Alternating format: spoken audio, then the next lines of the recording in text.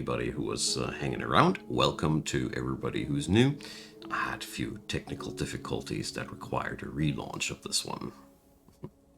Well, okay, let's get started. Today I want to finally build on the water of this unholy shore. So we're going to do a little bit of a caving thing here. And then, just to make sure that today I'm not getting sidetracked, I'm going to start right away with that and lay down the first few bricks, but no excess. Damn. We're gonna get there. But now we should have excess, don't we? Don't let me down, game. There we go. So let's lay down the first few mudstone blocks on the surface of this unholy sea, so we finally get a foot into the door. Welcome to Shootable, or Fortress Revered in the tongue of the common humans. Probably the most cramped fortress that I've ever built, but it's coming along nicely. We got 20 dwarves at arms, all clad in copper. I mean, it's not the worst. It's not the best either, but I mean, they're completely geared up, aren't they? Yeah. So we got a fully armed force, one at very close at the surface, and one down at the first layer of the caverns, which we've successfully claimed. The drink count is slowly rising up, which was a bit of a problem by the end of the last episode, and one of our dwarves is constantly tantruming.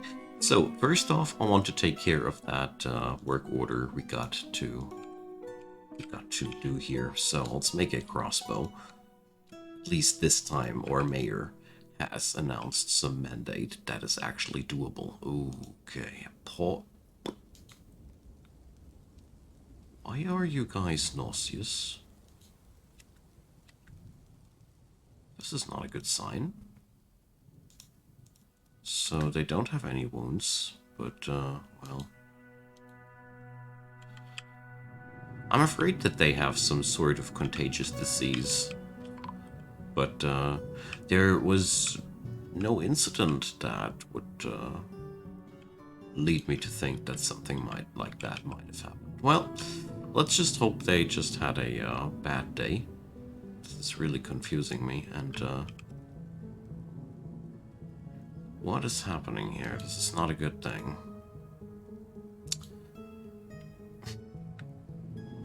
So let's see. Let's check our tavern first. Do we have a weird visitor? No, we don't. Huh. Well, beats me with suddenly raising the pukes on everybody. Oh, I see.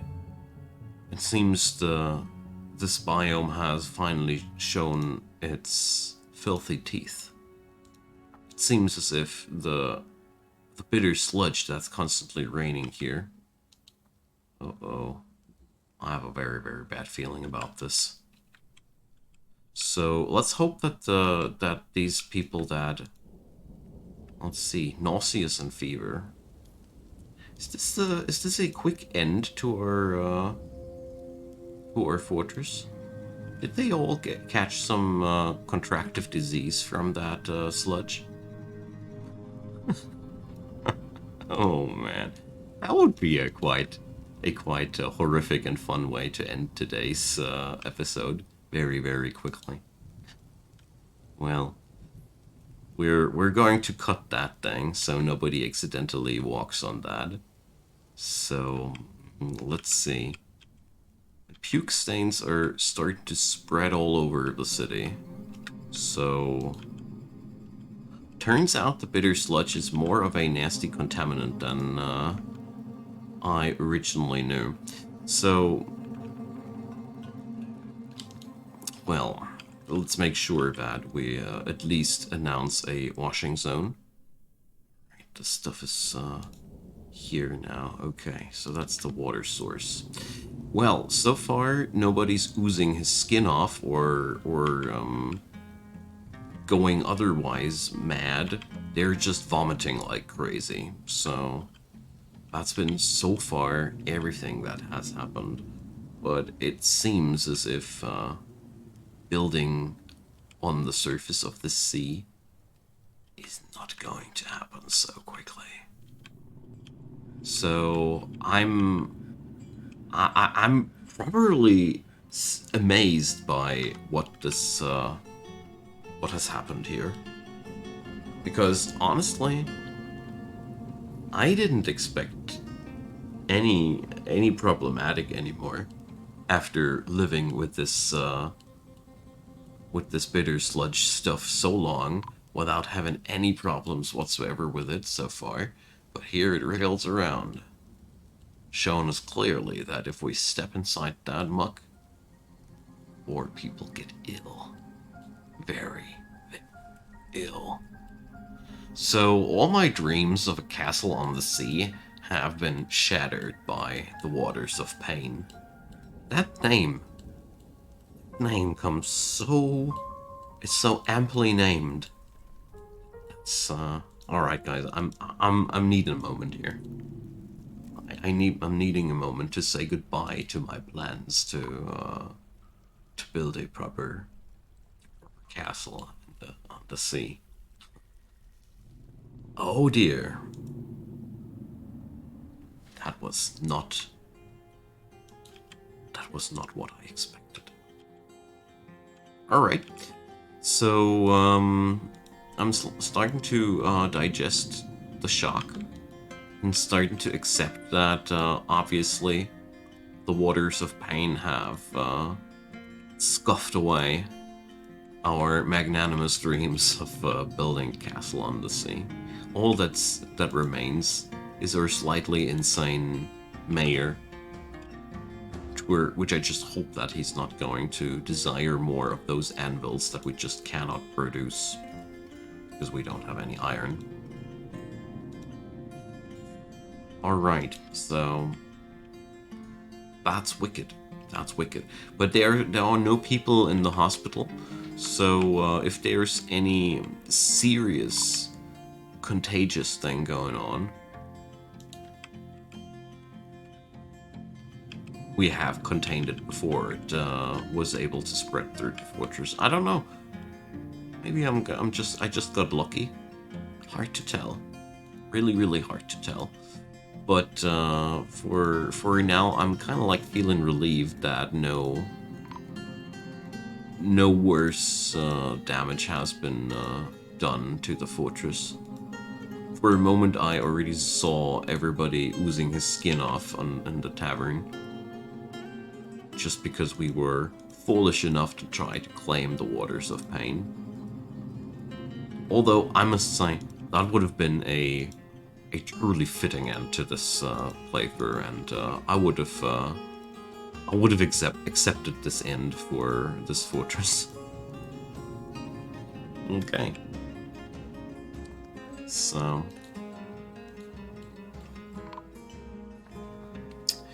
much to my ambitions.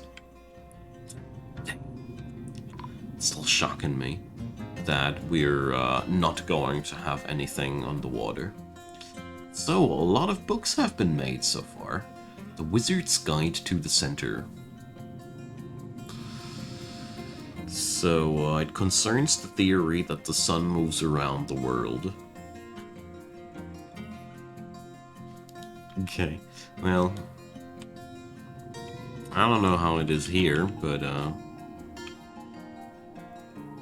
what's that dude? Ah, he's hauling mudstone, I see. Okay, so that obviously... how do we work with that? I mean, basically, as long as we have a roof over us while we're working, the bitter sludge wouldn't be a problem for us. I hesitate to give up on my dream, but well, it seems as if we should. We should. I think I should try to have some other magnificent building project for this place in mind, because obviously we're building on the surface here is not really a feasible thing to do. Let's put it like that.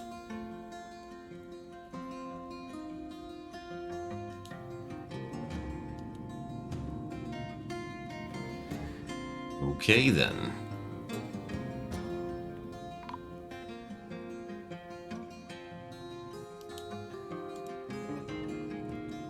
Let's see what these humans have brought to us.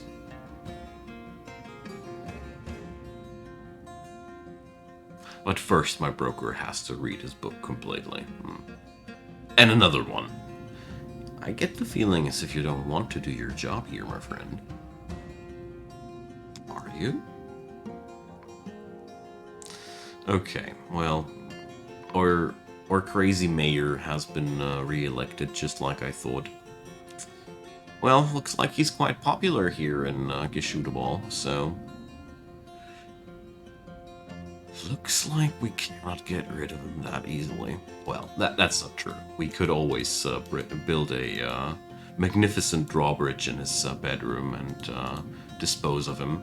But, you know, I personally don't want to go like that, because it's just not a good way to go. Okay, so my broker is really pulling this through. He's totally doing this, so we're. I'm sorry, my man. You are a great manager and everything, but I'm done with your shenanigans. So this bowyer is getting your job now. It's just how it goes, man. You were busy reading books too long. Let's hope that it works now. Those traders are already waiting for a while. So, stuff in the caverns, it's killing each other. What are you storing, good sir?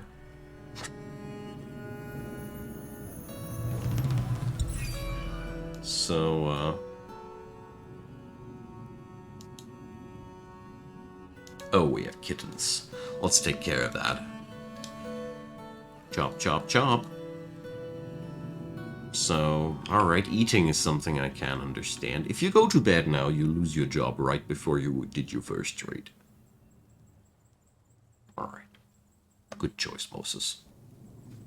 Seems like you are going to keep that job after all. Or do you?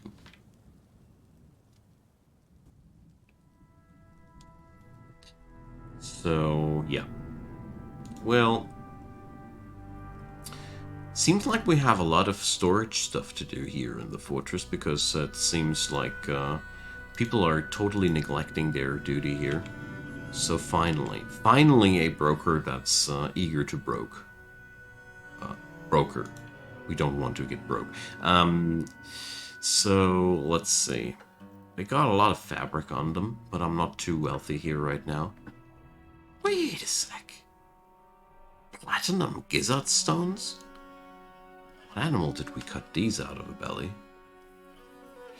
Alright, so we could buy ourselves a lot of cloth and the like. And a lot of food stuff. Yeah, very, very unspectacular caravan here. But I always like to buy those berries, because it allows me to brew some more exotic forms of booze.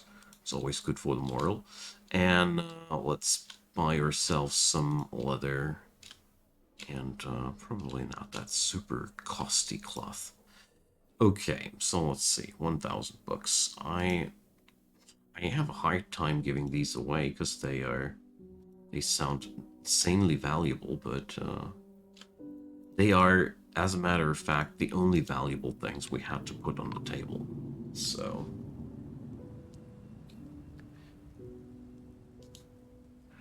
those caverns are really making us rich here. Okay, so let's not only talk about those caverns, let's brave them a little bit more. So Let's see. How's the situation with my metal?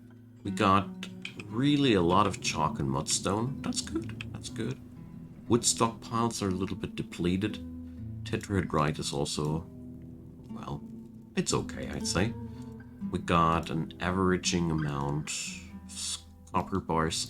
I'm considering to gear up third squad, you know, because you can't have too many soldiers, I guess.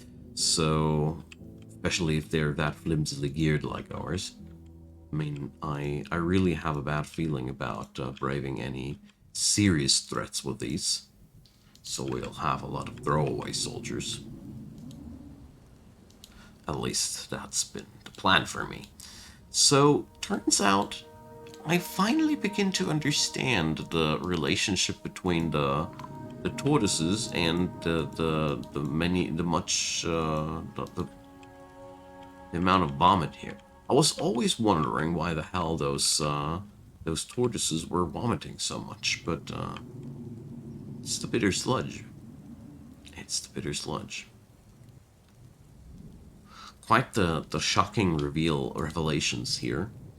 The nature of this place has finally shown its. Hey Zopher, welcome. Happy to hear that. RimWorld is one of my favorite things. Actually, pretty much the first thing that I started to work with here on YouTube. So it's always nice to see that people are still enjoying these. So glad that you're enjoying yourself there. So the Lush Guild Hall, the Lush Hall wants to be a Grand Guild Hall now. That was to be expected at some point. So let's see.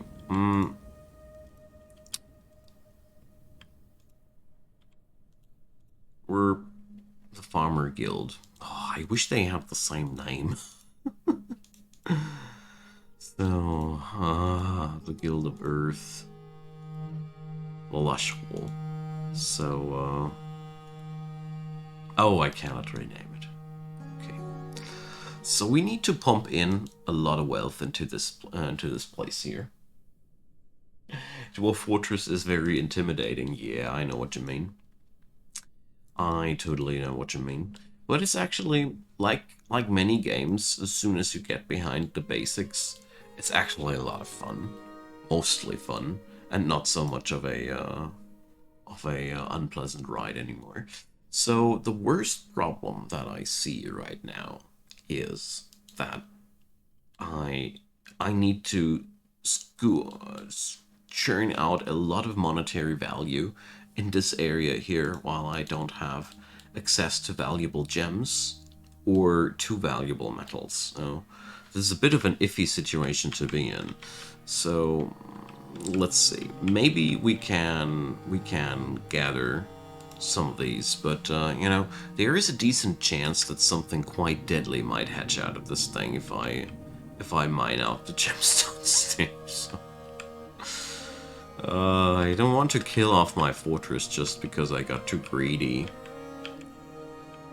How did you kill your fortress off? Yeah, I wanted to expand that Farmer's Guild Hall. That's when everything turned to dust. Nah, I don't want to. So, well, but there's, on this area here, there's just not too much gemstone to be found. So, we must go deeper. So, here we got more tetrahedrite. The entire mudstone layer is just as it is, and here, yeah, this place is a nightmare. I actually found a place to drill a hole through here was actually quite difficult. Okay, so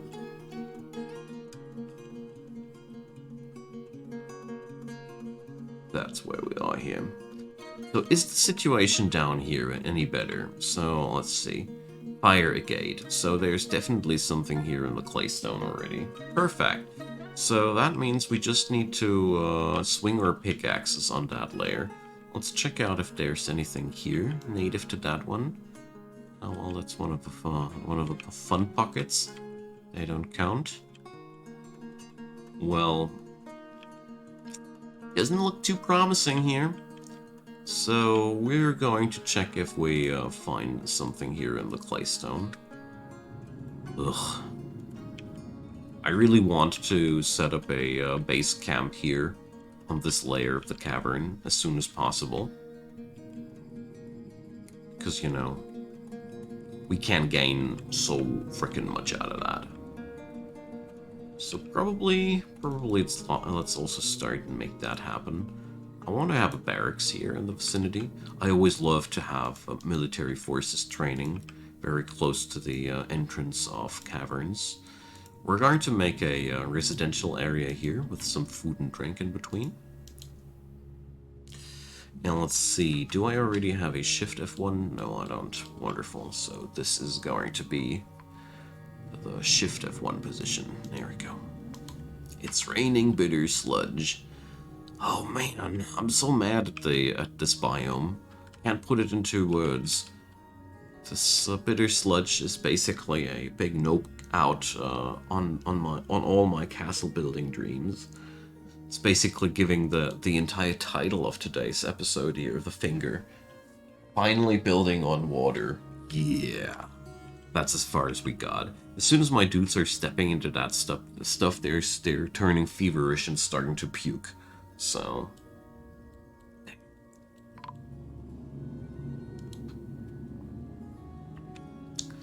it's a very, very unfortunate thing. And okay, we got a lot of traps that are loaded. That got reloaded here. So we got to check back with what we got there. And I better take care of these rocks here before they take even more of our traps. I wanted to say. Well, so got these here in the vicinity of my food industry. So let's empty all cages. So yeah, it's just like I was. Like I thought in the first place, we caught a entire flock of troglodytes. That's oh well, that's unfortunate. That's not what I wanted to have in the cages, but whatever. We're going to send our military to take care of these little buggers here. Thing is, those cage traps are really, really powerful because they allow us to incapacitate those critters before they get a chance to roam through the fortress in any way. I mean, there is the downside of having this cleanup duty that I got here right now. As you see there, why are you unhappy? Just because, eh? That's okay. So, let's repeat that a couple of times until all the prisoners have been processed.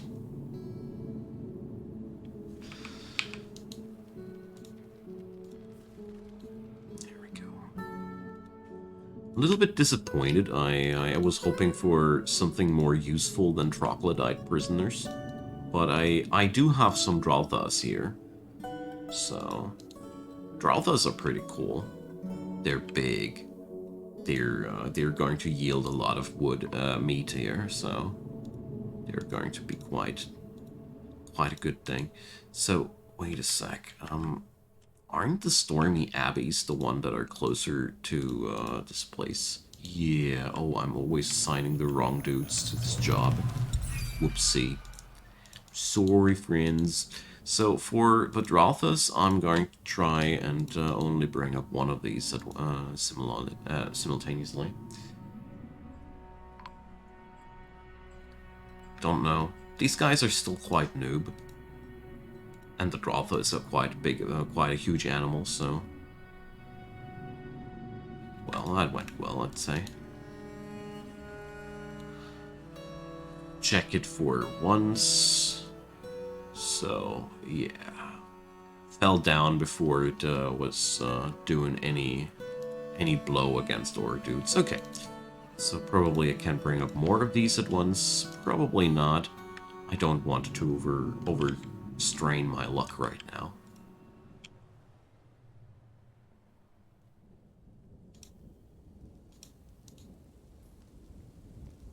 The fun part about what I'm doing here is it's really good combat training for these guys.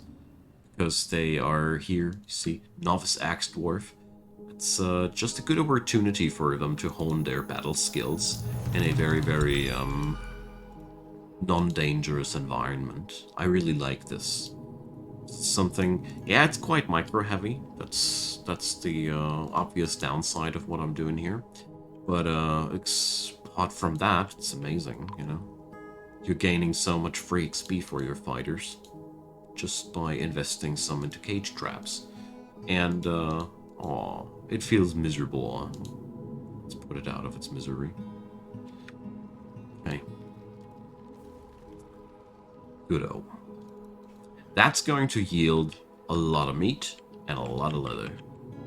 And that's just what we need. So, more fools come swarming to Fortress Revered. They heard we were building a magnificent castle on the sea. We were wrong. There will be no castle on the sea. Okay, so let's see. We got a lot of extra migrants here, and I didn't get any readout about, hooray, we found gems, so that's a tragedy. So it turns out the claystone layer is not nearly as generous as I'd hoped it to be. Okay. And yet another guild has been established. They want their guild hall now next as well, I bet. Those annoying people.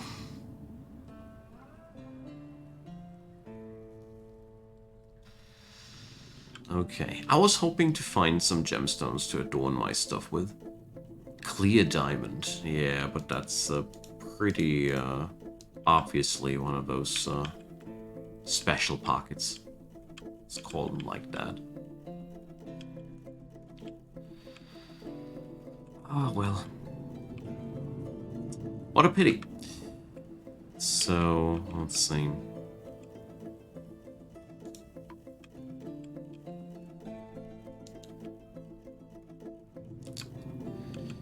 I wonder if we... Yeah, we do need more housing, yet again.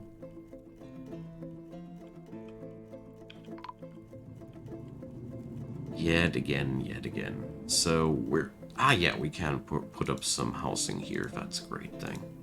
Awesome. I'm relieved. So here it is a little bit too narrow. Let's put up some larger apartments. I mean, there will be one thing I'm dreading, and that's when the real nobles want to show up.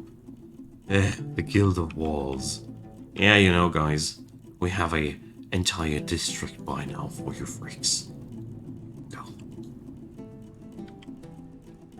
I'm really shocked about the amount of guild hall requests in this run so far. It's quite a lot.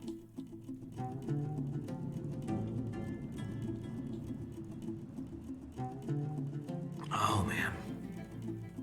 So here would be some pink jade that I didn't excavate yet, but that pink jade is worth almost nothing, so... well, we might as well not. So I have only 3 miners here going on. Do I have any pickaxes by now? No. Damn. So this place is really refuting me today quite hard. Okay. But at least we got some new bays for a few more apartments here going on.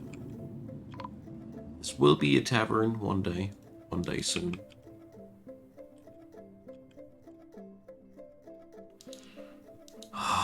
Well.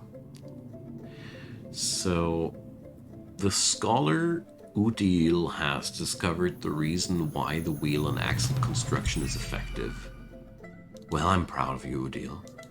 Congratulations. You scienced very well. Oh, man. Oh, that is unacceptable.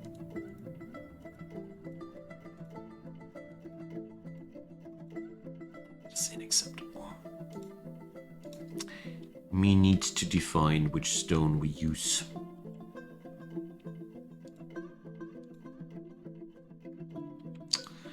Okay.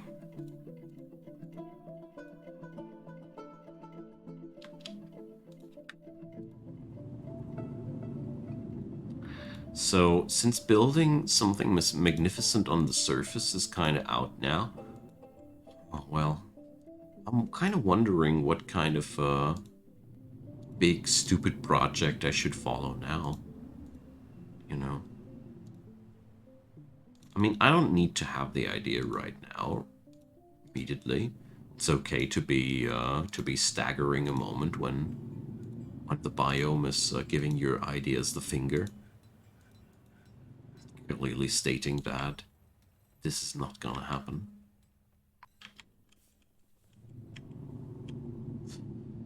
Oh well, so more mudstone floor for the guild hall to be. No, actually not. It's going to be chalk floor because I wanted to stay in the pattern. Actually, it would have been cooler if I had done it a little bit different, but whatever. Whatever. Okay. So, the Stoneworker Guild is it now?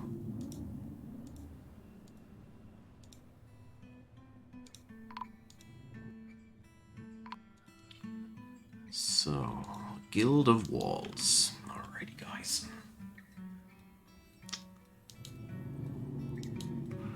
And there's more bitter sludge.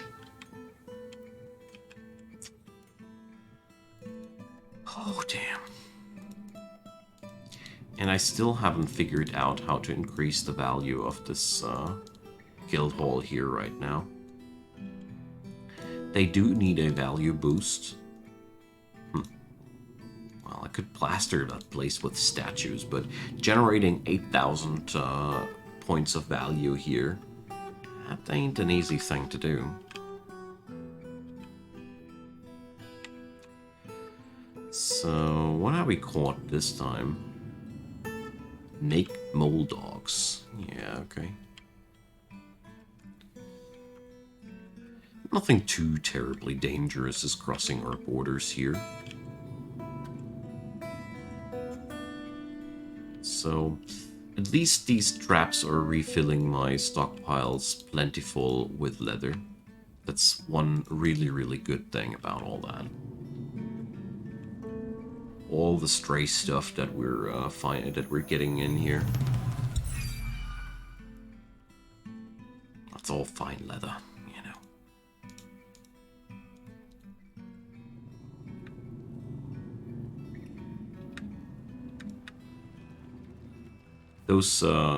Those dogs here, though, it's a little bit of a waste to kill them off like that. I think you could even train them if you'd want to. Which I obviously don't want to, but you get the idea. Okay, so that means the entrance to this fortress will forevermore be just a tiny, crammed hole in the wall, just like it is now.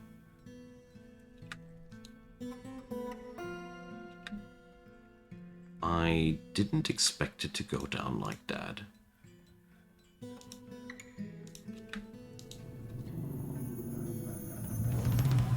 Something with minecarts, yeah, Omana. That would be actually a good idea. But I would be needing to dig myself deeper into minecarts. Although that's actually a good idea. Again, a good idea, so... I'll be pondering about that. I mean, maybe anybody out there has an idea, but, you know, the environment's toxic sludge effect makes it pretty impossible to build on the sea. Because if I do, the sludge will accumulate on the surface, and if my dwarves walk through that, they are inflicted with fever and pukes immediately, basically. And, you know, oof. That's pretty oof. Grimats, hi there. Oopsie. Happy that you folks are popping up. Already was feeling a little bit lonely out here. So, oh jeez, that's such a bummer. Because basically, the moment I had this little pier here up and running, I had piles of vomit through major parts of the fortress already. That went down like in an instant. I was already afraid that I'd killed off my fortress in a very, very short amount of time. It was during the first 10 minutes of today's stream. Yeah, I was like really like, okay, did I already kill everybody? But luckily, it was no contagious. It is no contagious syndrome. Turns out bitter sludge is just disgusting and raises fever, but except for that, it doesn't seem to have any deadly side effects. Oh well. So we are going to go for this area here as our new barracks, but I already noticed that we didn't excavate any other gemstones so far. So let's take a bit of a risk, shall we? Because I do need value, and you know, it could be nothing. It could be now spelling doom for the fortress, but we'll be trying out what'll happen. I mean, usually these pockets on these very, very, you know, it's not far from the surface. Usually these thingies aren't filled with demons early on, but you never know. RNGs can bum you pretty hard. It was just water. It was just water. Snatchers. So, let's see. Hello there, Snatcherino. There they are. So let's send the surface extermination squad after them. And let's see. I want to excavate the rest of the super shinies here. You know, the thing is with these pillars or pockets or however you want to call them. Oh boy, the stone. This okay. For a moment, I was afraid that the tortoises were finally involving themselves into military action, but just like as usual, they're just demonstratively retreating into their shells and nothing else. Good. What a relief. What a relief. So we're going to gain some ruby, star ruby, diamonds. That's exactly the kind of stuff we require to make the large guild hall happen, hey? So, oh yeah.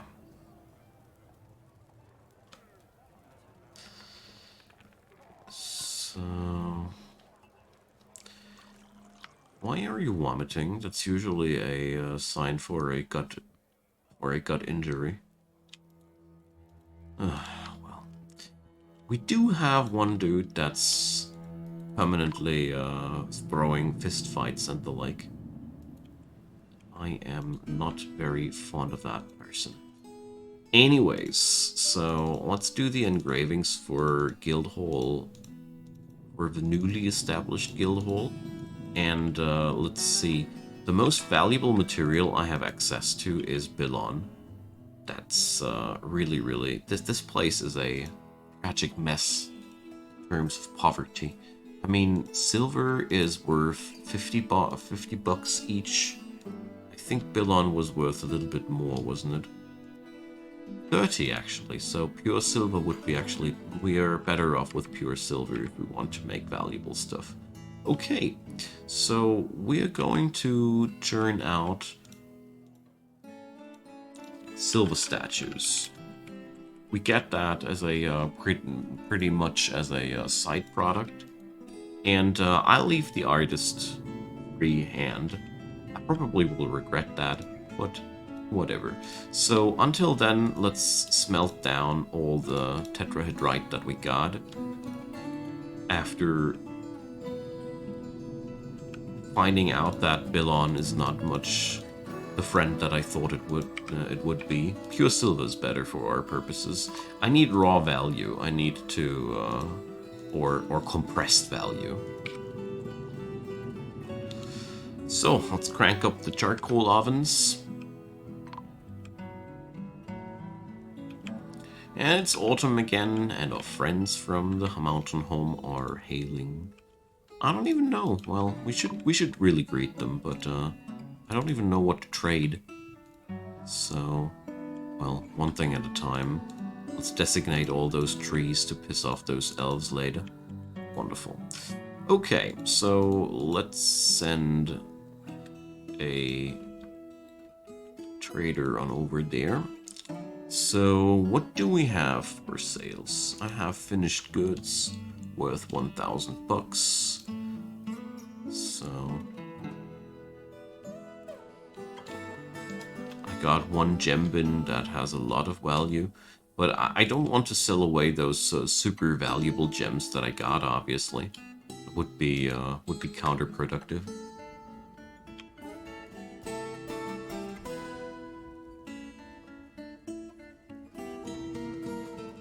So, starved cow. We're already processing that. Sweet, processing cow. So, well, looks like the fist fight didn't go out lethal this time. So what do we need? I really would like iron bars and steel bars.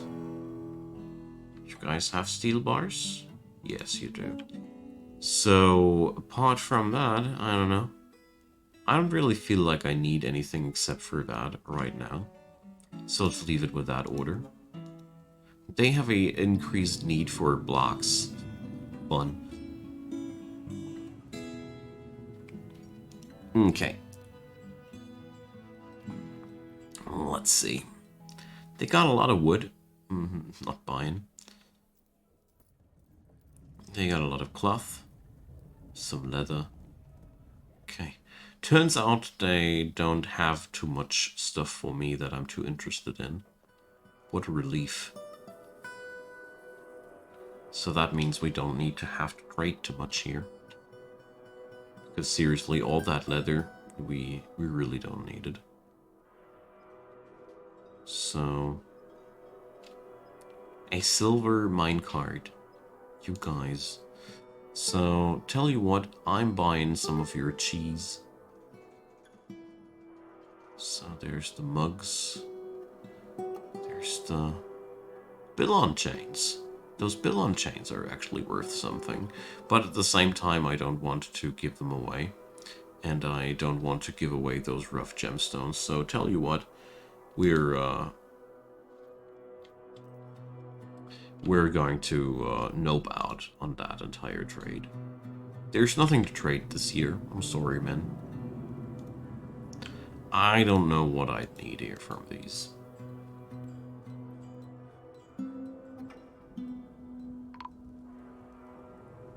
Ah, that sounds cool. How do you produce energy in a larger scale, though? I mean, I know the various methods, but I have not made too much first-hand contact with these, and I'd like to know what do you think is which sorts of energy generation do you personally like for these kinds of contraptions? Hope you understand what I'm after. So there's lots of tetrahedrite here on that layer, but really not much gemstone, so... Ah, damn.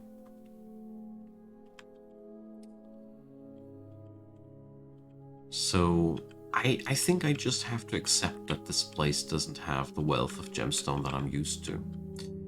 Anyways, how's my metal stockpile by now? 55 copper bars. Was that seriously all that we could muster after smelting down our stockpiles of tetrahedrite?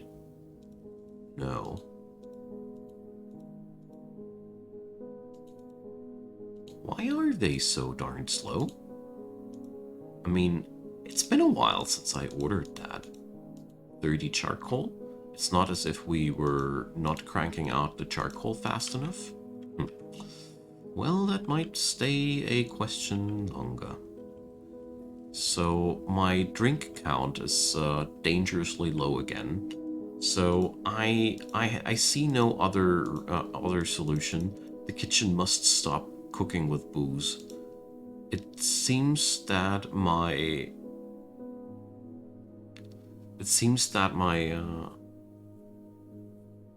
people here are not getting along.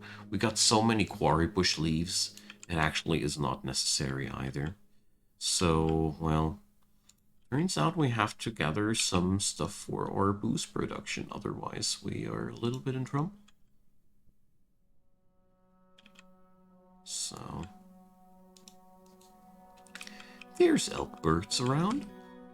Let's see what we can gather up here, if we can gather anything.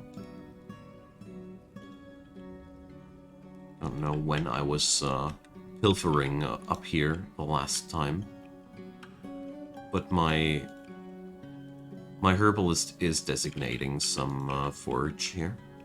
So usually I don't have these issues with booze cooking here, but somehow, what is going wrong with my farms? We got 2 fields of plump helmets, only 1 field of quarry bush, which is just not getting used completely. This does look like everything's actually fine.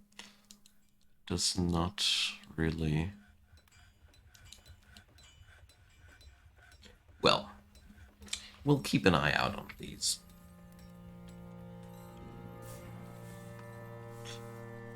So, Maya has ended a mandate.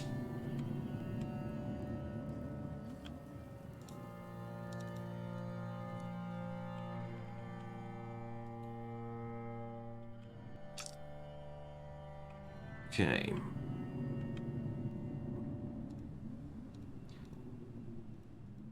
Let's dig out some more of that metal here. So we at least get ourselves some copper.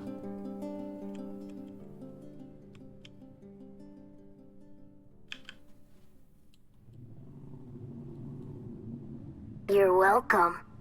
So, further reading. Welcome. Happy to see you. Thanks for the follow. My pleasure to have you here. So, let's see. How did digging go down here? You guys just cranked out lots of nasty brown rocks, just as I had expected. Well, then we are going to go and make our next military squad a nice home here.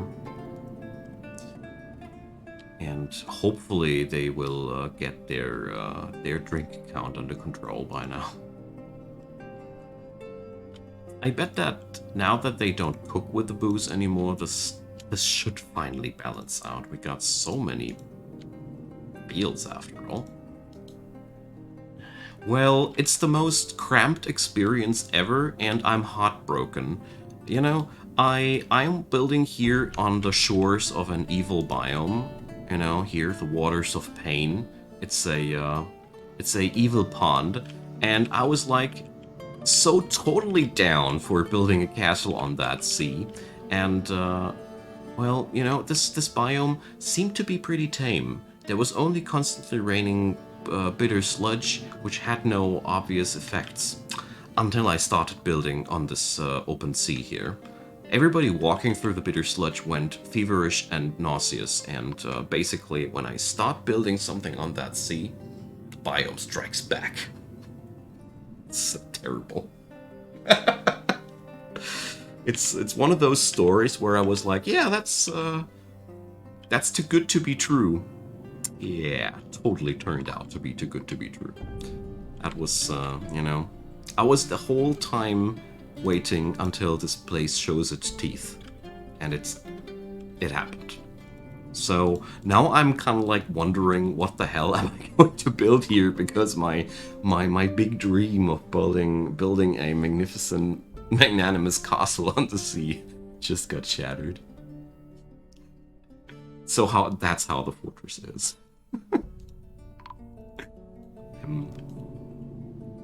I'm right now trying to breach into the third cavern layer. That's what I made out of it. And also this place is really, really crazy. Let me show you.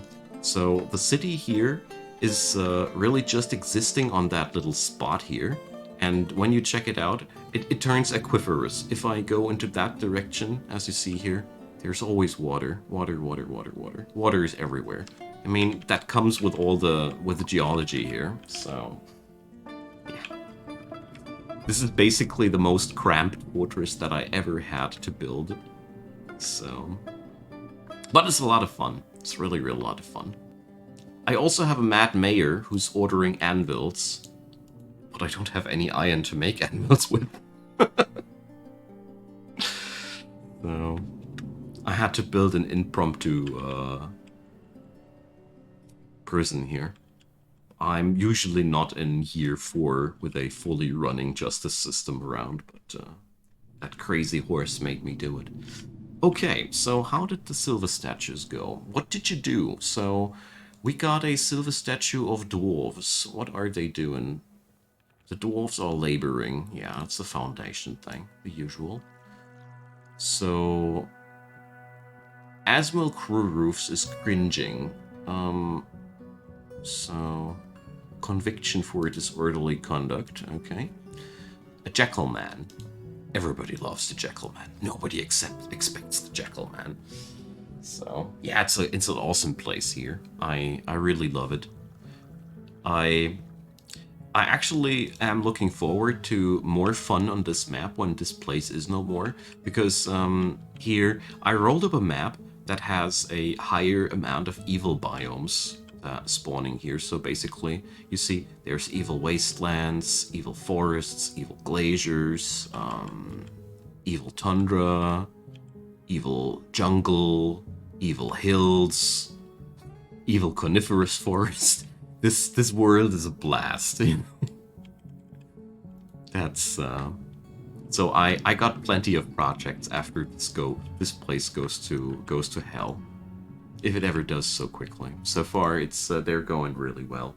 So we need to pump up the value here of that place, and for that purpose I have pilfered some really, really valuable gemstones that were luckily only guarded by a splash of water. Could have been an angel or a demon, but I got lucky this time. So let's see, my gemstone bins are, I guess, up at the trader's depot. Are they? Yeah, damn. So, well, we got one statue decorated for 4,000 bucks. That's a good start. So, how's the mining going? When can we crank out the next suit of magnificent copper gear? So, I got 103 copper bars. Is that enough for 10 people? This is 10 bars per dwarf. So, mail shirt, breastplate, helmet. I don't think so. I think we need a little bit more. We're almost there. So let's chunk out a few more spots of tetrahedrite.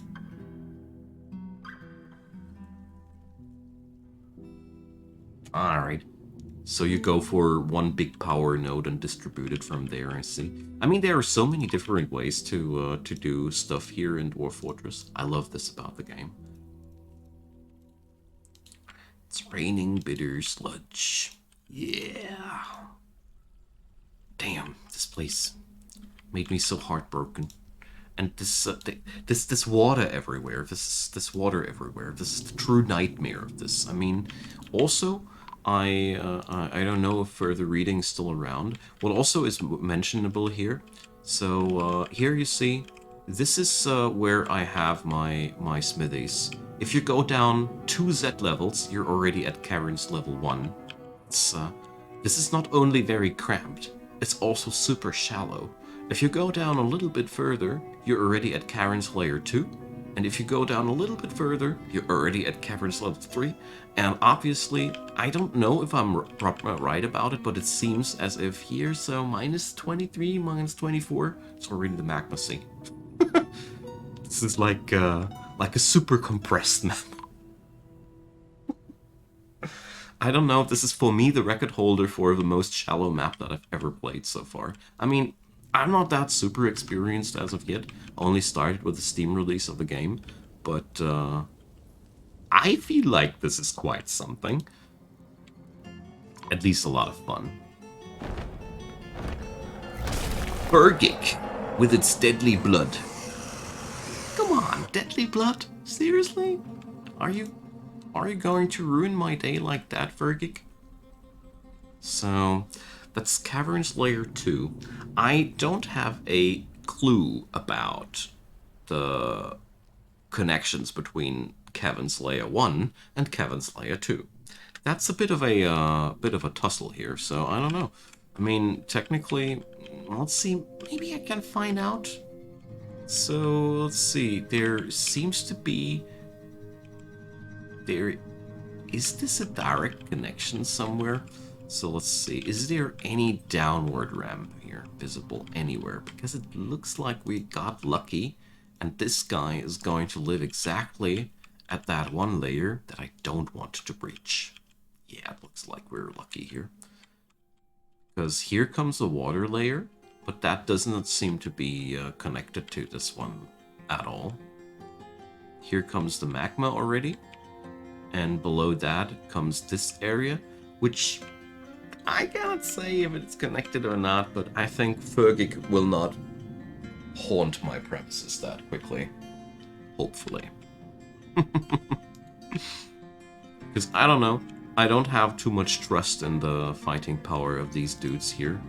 I mean, alright, they're legendary with their gear. They're masters and legendary, but Deadly Blood, that's one problem that I see. And the other thing is I only got copper gear, so... Well, this thing is killing all the Dralpas it can, it passes by for now. We'll leave it with that. So I also was carving out some apartments somewhere here. Because we had another wave of migrants and I haven't taken care of their bedrooms yet.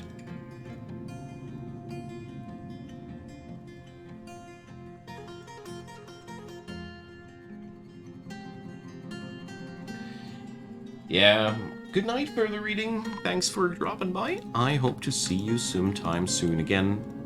Have a good one, mate. So, well, I was considering closing the airlock, yeah, but I don't want to. I want to find out if they can actually deuce it out if this thing is breaching through, you know?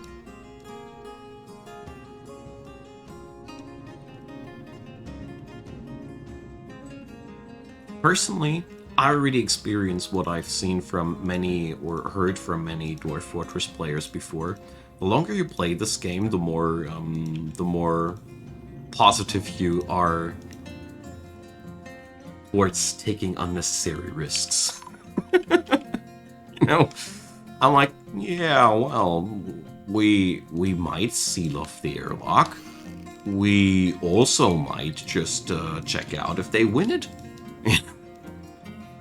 And we also might check out what the Deadly Blood does.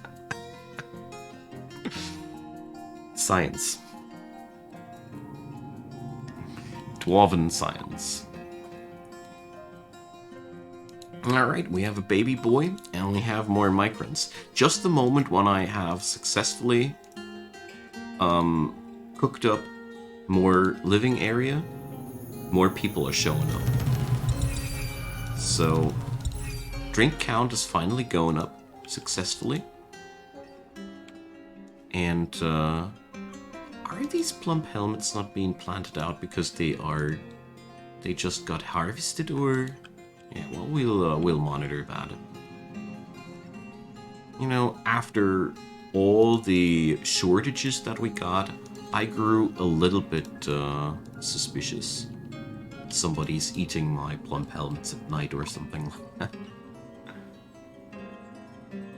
So, those quarry bush leaves, for sure, are not getting used up properly, though. So, let's see. Do I still have a lavish meal cooking job here? I don't think so. If I remember correctly, I deleted that. 115 cloth socks. This is a scary number. We do need so much more of that stuff. Okay. So, yeah. Kitchen doesn't have any lavish meal jobs. But since we don't cook with booze anymore, I'm reactivating that job. So let's double check if the kitchen is not on some... here we go. So these are the staple goods. The others are more like special goods that it's okay. I don't want to configure every fridge case. No, they cannot destroy drawbridges, but drawbridges could burn if they are made out of a flammable material and something like a dragon would spit fire against it. That would be some scenario. But all in all, there is a reason why I have put up these drawbridges here into the airlock. For exactly that reason, for their indestructibility. So, let's patch up the underground leisure place. So, since my dwarves will be training and living down here most of the time, I mean, in this fortress, it ain't too far away from the surface, so it is not that necessary. But I personally love to have a small food and drink space for my military down there, so they can constantly keep training and just go chuck some booze if they feel like it. And this way they don't have to interrupt their training too often. Also makes them quite happy if this place is a proper dining hall. Oh yeah, it's not enclosed. They value their privacy, those little dwarfs. There we go. So, it ain't a tavern here, but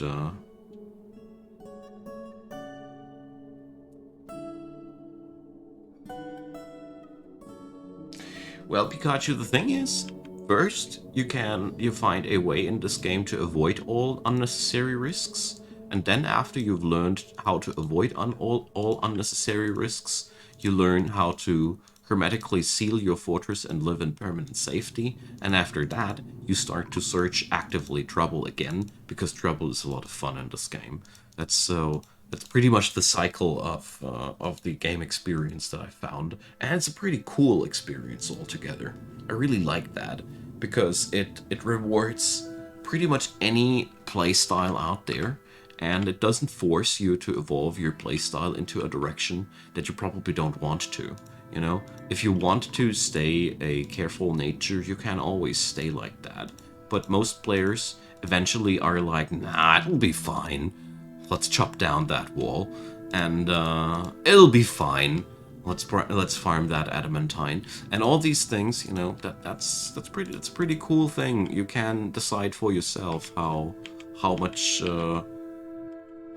problems you want to get yourself into, and if you don't want to, the game is just as exciting.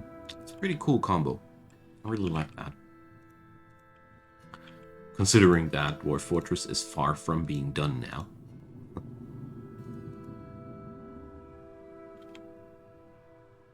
Alright. Desperately trying to dig out some more tetrahedrite here to get the metal that I require for my military. Squad number 3.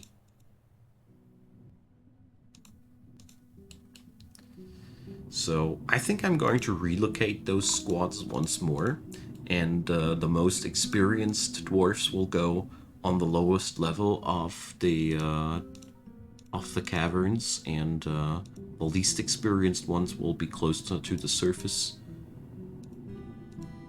and Squad 2 will be in the middle layer. Because the deeper you go, the bigger the trouble. Oh, another moody dwarf. And it's a possessed person, damn.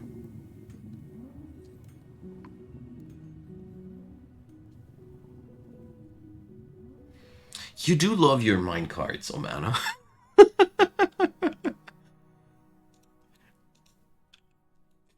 I do need to check up how to do minecarts in between, and then I'm going to think about that. I like the idea. I really do like the idea.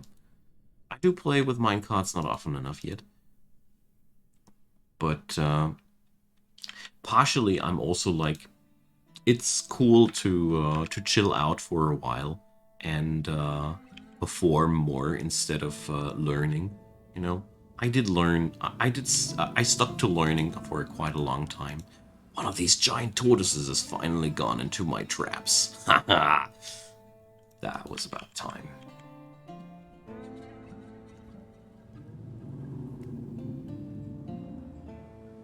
Exactly, Pikachu. Exactly, and you're enjoying every single inch of it. Weirdly enough, that's the cool part about it.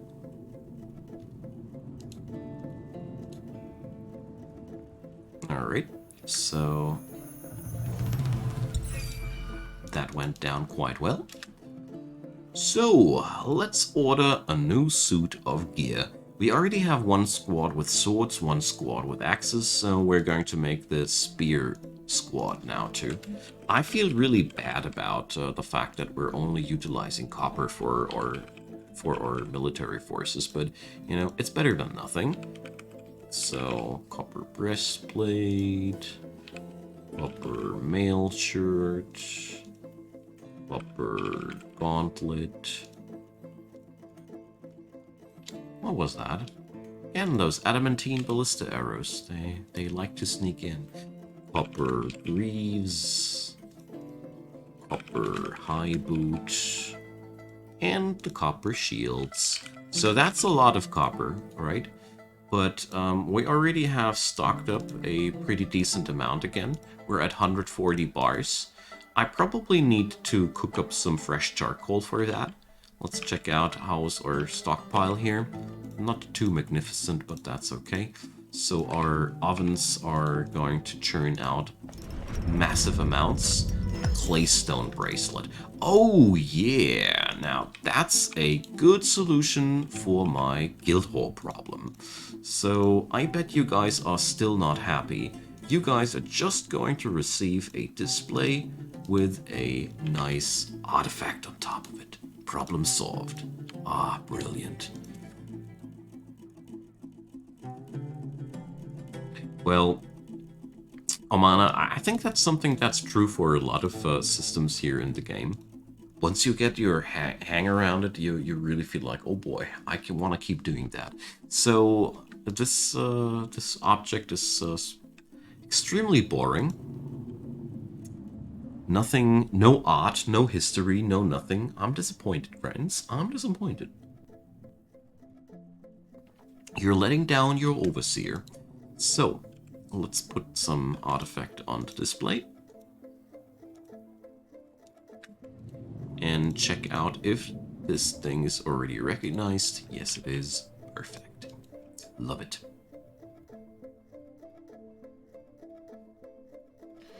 Well, if I'll be catching another one of those giant tortoises, I'm going to check out if I can actually train them.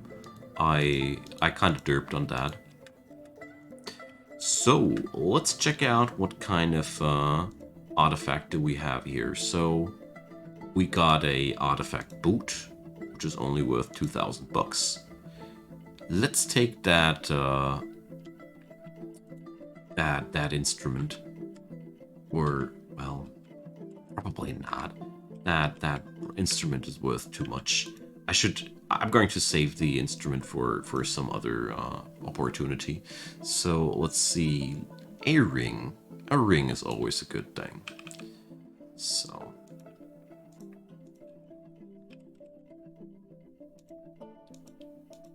Ugh. Was it a bracelet instead? Yeah, we got 3 artifact bracelets by now. Holy uselessness. Damn.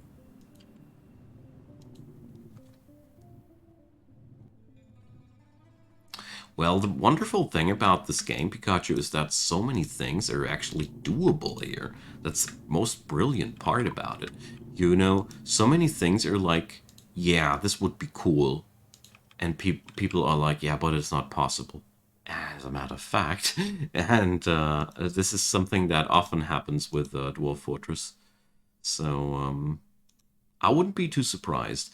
So we're going to slam in those silver statues here, overfilling the required value a little bit, but that's okay. Alright, so our smelters are for sure producing more than enough tetrahyd right now to get the job done. Kittens! Get rid of them, kittens! Before they can adopt dwarves. Okay, so let's make sure that these work orders get there. I mean, it's a dirty long job. This guy is doing his job alone, and it's taking a while, but that's okay. So obviously, the forgotten beast that was haunting these premises is definitely not capable of entering the caverns, the cavern layer 1. Because otherwise that thing would have already passed into my fortress. If there is a path into your fortress, the Forgotten Beasts usually seek that. Never had it if there was a path that they didn't take that path. Sometimes they were a little bit hesitant and bumbled around for a moment or two, but ultimately they always found their pathing towards my fortress. Oh, that reminds me, somehow, maybe not because of that, but I just remembered that there were bedrooms to be announced. Here we go. So let's see, are these taken? Let's see. Let's announce some more bedrooms. So it is I'm pretty sure that we're only 1 or 2 caravans away from being assigned with the title of a barony here. Because we're quite successful, we're quite wealthy, and therefore there's surely not much time anymore until we're getting burdened by nobility. So let's put up another tavern here. And I also want to bring up another dining hall here. Because, you know, the numbers of our population have climbed. So we better bring up some extra feel goods here. So people can socialize properly. So we're going to bring up... This dining hall would be here at the end of the world. That ain't a good thing. No, we're going to make a nice large dining hall here. Just like that. Connecting those two housing wings with each other. I like the idea of that. Also, I don't want to expand this floor any further because I feel like it's okay. We already got as much stuff here down as possible. So I got another bookcase here. Great.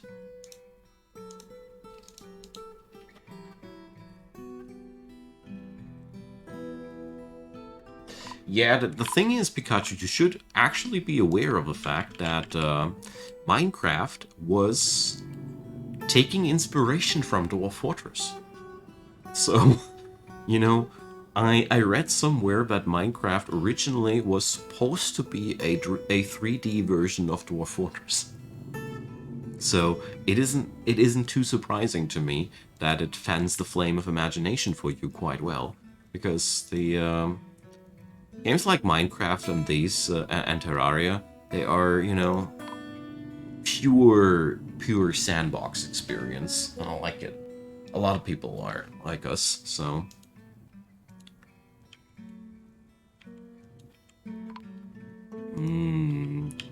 giant tortoise masterwork food. Yum. Speaking about food, let's check out if our traps have caught something again. Yeah, there's a couple of naked mole dogs and a giant rat. So we could tame that giant rat if we'd want to. But right now, considering all the clothing my city needs, I honestly rather go and keep killing all those critters that I'm catching. I mean, it's so cool that with the caverns and the cage traps are not they're not expiring, Once you have your suit of cage traps going, you just replace them. And oh, we're actually training that rat. Okay. Ah, man, I must finally get into Terraria. I somehow skipped over that game all the time. And I also came very late to the party with Minecraft, but by now I totally love Minecraft, so I bet it's going to be the same for me with Terraria. So really about time that I get into this and check out this tiny crappy tavern. So we're going to give this tiny crappy tavern a couple of tiny rooms to rent. So we're going to have some more guests. Yeah, I was just not in the mood when I tried out Terraria for the first time.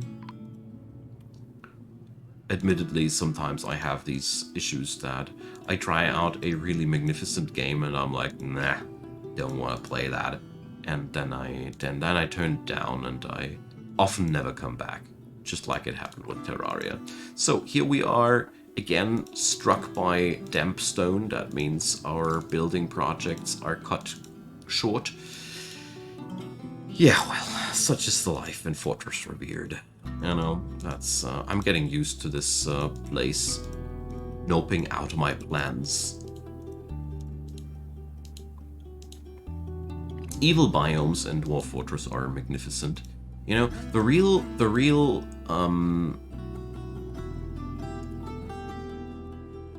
uniqueness about Dwarf Fortress lies in its terrific world generator. Stuff like that bitter sludge here, that's actually procedurally generated. The game procedurally generates the effects of evil biomes whenever you create a new world. It procedurally generates the types of demons that spawn in your world. There's so many different aspects of a Dwarf Fortress world that are procedurally generated. Gods, instruments, social habits, cultures. It's like every single world is not only randomized, it's smartly randomized. With games like these, I'm used to brain dead randomization. Dwarf Fortress goes a different path, and it's amazing. Hey, Psychon, welcome. Happy to see you, and so happy to hear that I was able to help you into RimWorld. It's still one of my favorite games, even though I'm not doing so much content for it anymore. It's sadly hard to sell the content on YouTube. Low audiences and all. And, gotta feed the family, so that's why you're not seeing too much RimWorld content from me anymore on the tube, sadly. Stupid money. What can I do? Oh yeah, I forgot the Forgotten Beasts, exactly. They're also procedurally generated. There's just so much procedurally generated goodness that is actually making sense. For example, with the gods, when some gods are created, the game checks out what kind of gods are they, what kind of attributes have they, and what kind of And this influences the other gods that the civilization picks up. Like if they have a love goddess, they have a higher bias to have to venerate happy things. If they have a death god, having a higher bias to worship evil things. And this is something that totally blows my socks the more I get into it. You know, there's constantly new details showing up with this game, and I really like it. So I think I finally have chucked out enough tetrahedrite for the time being. What we are totally running out of, though, is wood. So let's terrorize the surface one more time.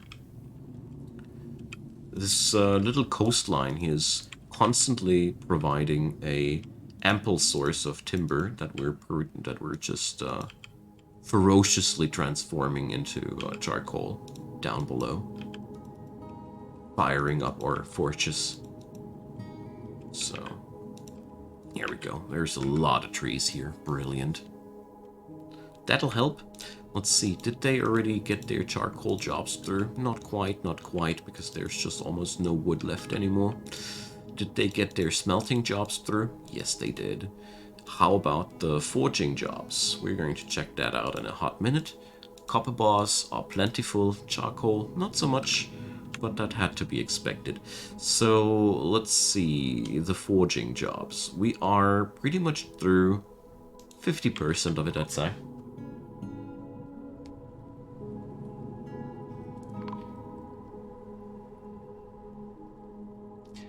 Well, so in the tutorial area, I am actually quite well versed in the realm of the YouTube algorithm, but gameplays somehow are.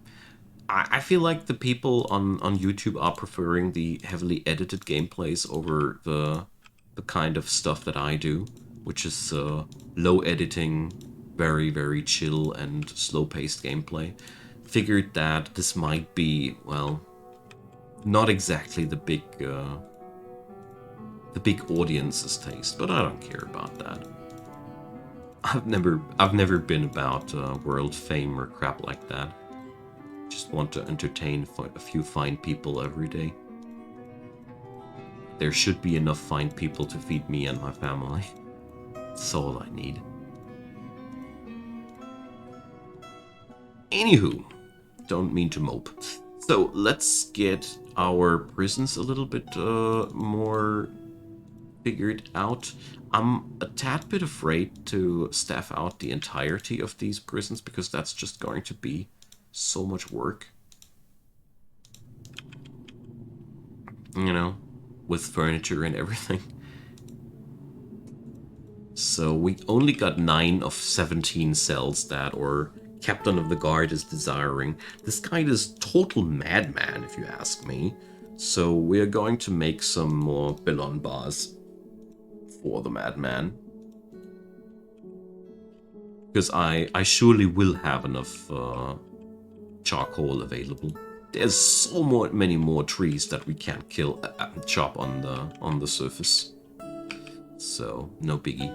And it seems there is more leather waiting to be processed. Love it. So we're probably going. Whoa, hot damn. So why do we have such a problem with drinks in this fortress? I don't get it. So, wow. Jeez. 3, 4, 5, 6, 7. So we're going to put up yet another farm here and pull some emergency plans because we're obviously already almost out of drink again. I really don't understand why this is so much of a hassle in this fortress. Because we actually, I usually run a very comparable amount of farms. And we're usually not running into these problems that often. And this is like the third time in this fortress that our drink stockpiles are troublingly low. Troublingly low. But there's also an entire harvest of plump helmets here waiting to be plucked. so I'm not too worried here. But still, you know, it is quite troublesome.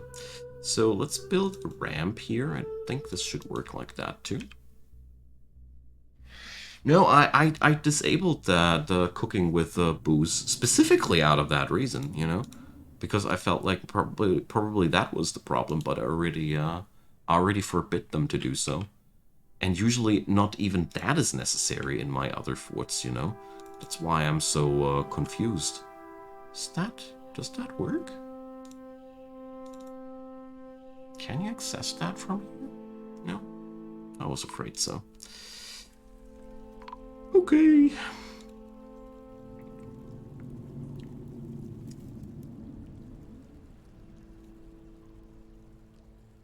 So, yep, I think I screwed myself up here quite hard. Interesting. So, turns out you can easily designate a ramp upstairs as long as the room... Is there any other workaround around that? I don't think so. Because I cannot construct a staircase upstairs anymore. Because we cannot build at the location. But you can dig a ramp upstairs if there's still a piece of wall left there.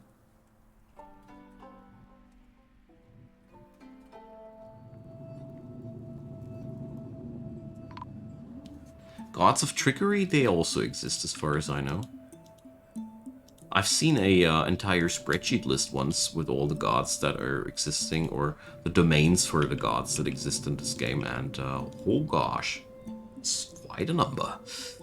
So let's repeat our project, but with a proper ramp in the middle. Because the weird thing is, if you do this with a solid rock, you end up with something that works just nice. Well, that's okay. So let's see. I must closely monitor these drink amounts now, and I'm going to set up another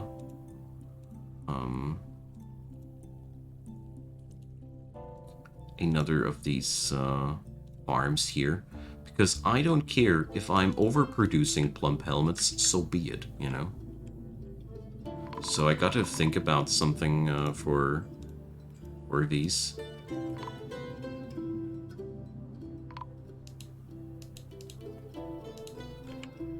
But luckily, at the same time, it seems as if we're getting ahead here. So maybe it is because my planter is a bone doctor at the same time. Is that maybe a problem? Let's unassign him from that job. Probably that'll help us. So, here we go. Maybe that's been a part of the problem.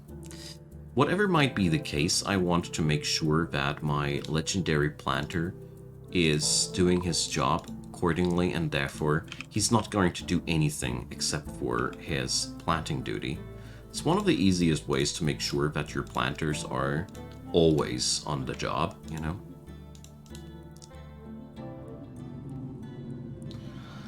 Well, that's a good question. Usually they only have a set of domains, and I'm not that well versed right now myself how this entire god system of Dwarf Fortress works, you know. Our fortress here has a very typical set of mountains, wealth, gems, minerals, very dwarvy stuff, you know. Okay. Fresh leather for the leather production.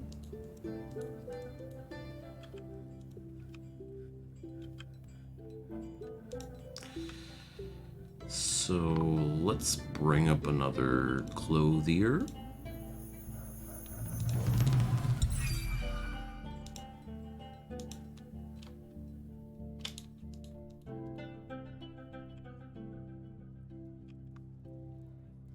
let's see. There's only the standard giant rat around.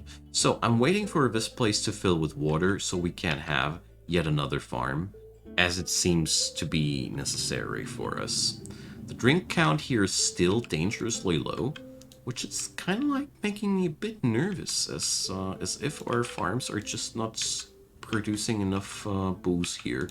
I mean, probably I am going to start and fertilize this place, because, you know, fertilizer is usually only something you wouldn't use if you don't have access to wood. But we got access to wood. We got lots of wood. So that would be one option.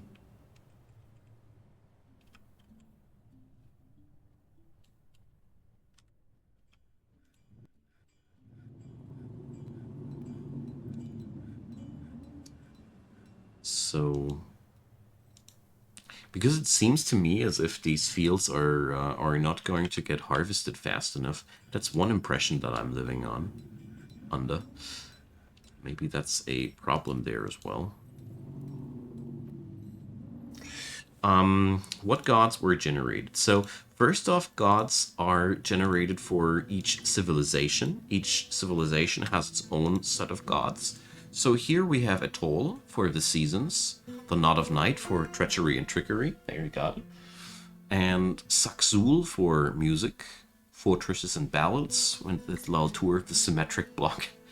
So, copper points for mountains. This guy has a whopping amount of 140 worshippers, so everybody here worships mountains, basically. We got Doran, wealth, jewels, and minerals. Anris the Brilliant, metals, fire, and the sun.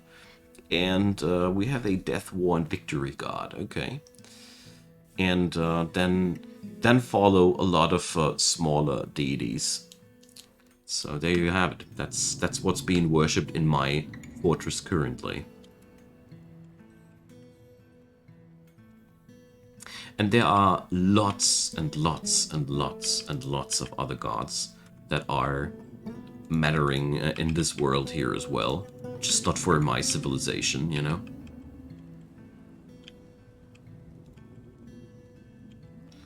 So let's stress out our herbalist a little bit more by sending him out on all these jobs out there, you know?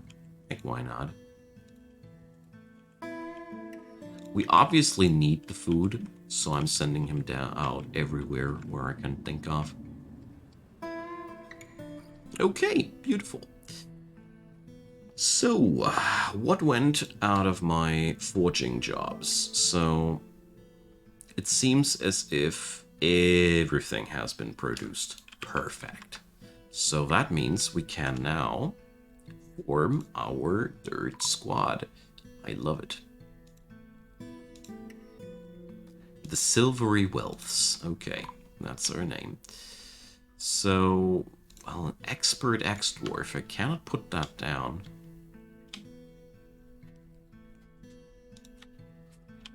Animal dissector. That's a pretty useless skill set to begin with.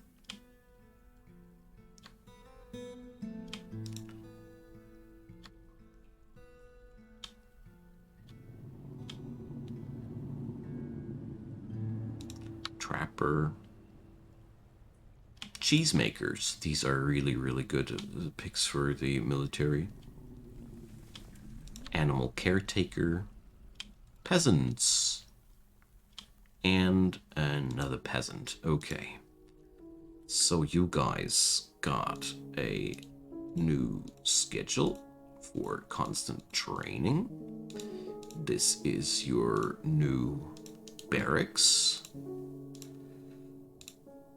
And your uniforms will replace your clothing.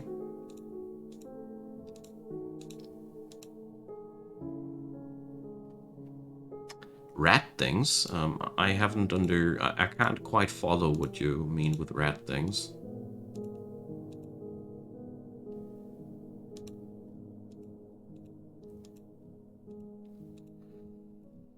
Okay.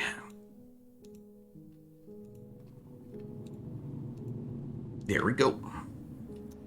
The Silvery Wealths are fully geared out. so let's put all these folks out of their barracks here. Let's see, does that work? Do they,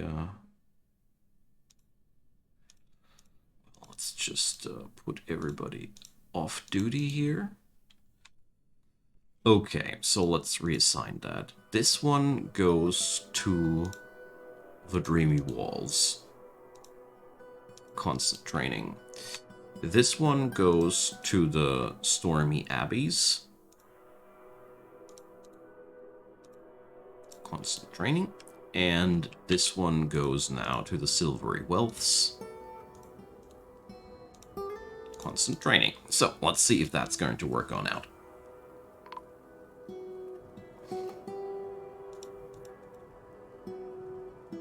So, Eneth Os whatever. Yeah, so the redistribution has worked. So we can finally rest assured that we have the most capable of our people down here doing our job. That's a good point to start with. Okay, so let's see. Can we just find a good entrance point here? There's Warmstone here. Well, yeah, let's put that entrance point idea over here. So whatever baddies want to enter the base, they have to go through the barracks first. I think that's going to be a great idea. So, gonna fetch myself some tea. I'll be right back.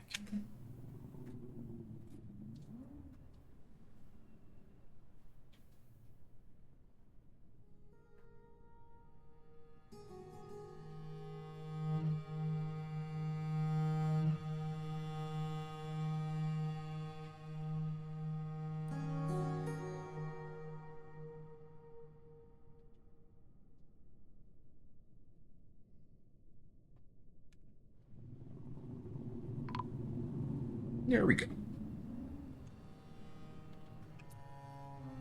Okay then, so we're going to construct a very classy safety system here yet again. Some drawbridge to keep the baddies out, and a door that we can use as a safety trigger here.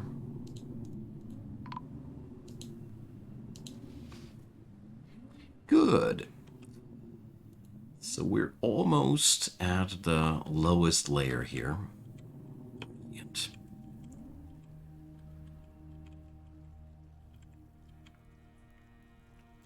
let's see what we'll find down here.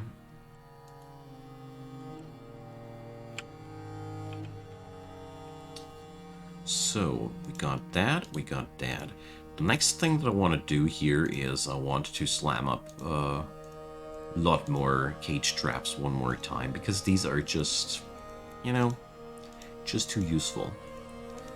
This gives me a lot of time to react if there's a small force of enemy incoming. It's going to bounce away the entire attack, and if it's something larger, this gives me time to react to it. Okay, beautiful. Starting to get somewhere, don't we? So we got to take care of the extra tavern. I also got to take care of my drink account. So let's probably check out that one first. So this place is not full yet. Alright. This is coming together quite nicely. Ah yeah, now I remember what I wanted to do. Chopping some more trees. Every dwarf's favorite pastime sport activity.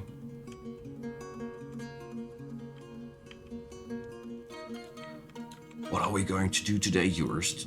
Just the same as we're doing every day, wreaking havoc upon nature. Okay, that should be enough trees for starters. Let's make sure that we're crafting us some more cages. So let's put up 10? Yeah, 10 should be enough. I don't want to overdo it, you know. But 10 more should give me the freedom that I'm looking for. Snatchers! Well, I tried, but the cage trap was faster. So that's what we're doing here. Caging goblins. So that one is going to be a wonderful training puppet for my newly founded newbie squad. So, Mr. Goblin, welcome to Fortress Revered.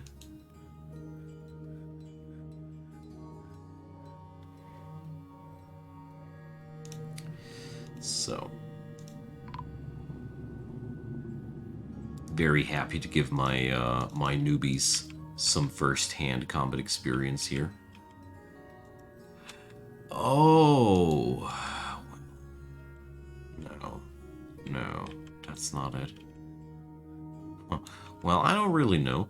Probably we're also in trouble with our food counts because there's just there are 2 planters and one is just skilled. Probably that's the thing. My last fortress had just 1 legendary planter, and he pretty much was taking care of the entire fortress alone.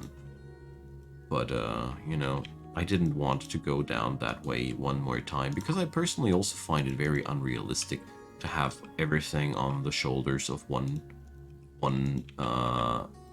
farmer, you know? Even 2 farmers are fairly unrealistic. So...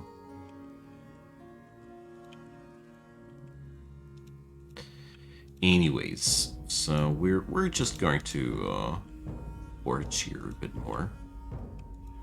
But it's obvious that we're right now picking up most of the stuff already. So, I mean, at the same time, the drink numbers are going up, and the irrigation here has been finally finished. So.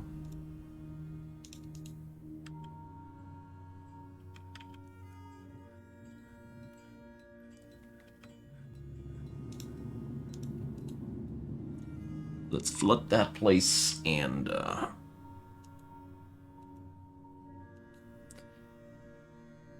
start building some farms here. Okay.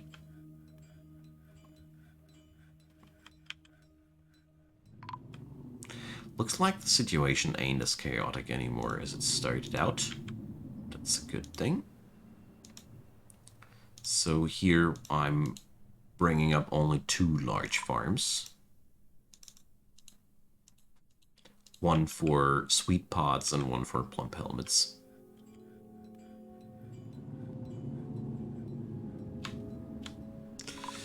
So that thing's completely finished. So we're opening up. The elves are here one more time. Well, you elves. What do you want at these cursed waters?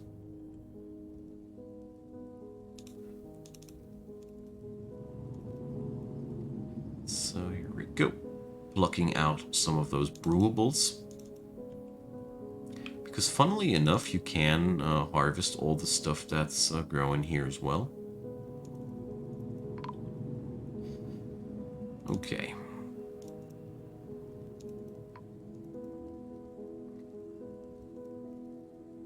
This gives me the impression that we might have actually a chance to get through this small crisis of drink. Luckily, I noticed before it made something bad happen. Okay, diamond cluster. Clear diamond. Oh boy. Okay. Oh, look at that. Fire a gate. Oh, finally some gemstone going on here. So, this is now, of course, the really dangerous area down here. But, you know, I don't mind. We got to get ourselves in danger. So,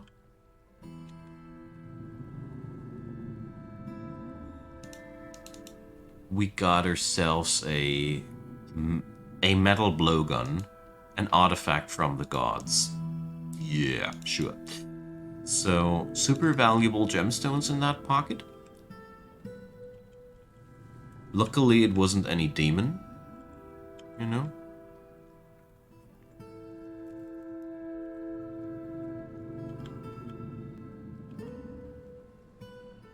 There's kaolinite down here. Wow. That means I could make some porcelain. Who knew? I surely didn't expect porcelain down here, honestly. Anyways, so let's try what's downstairs here.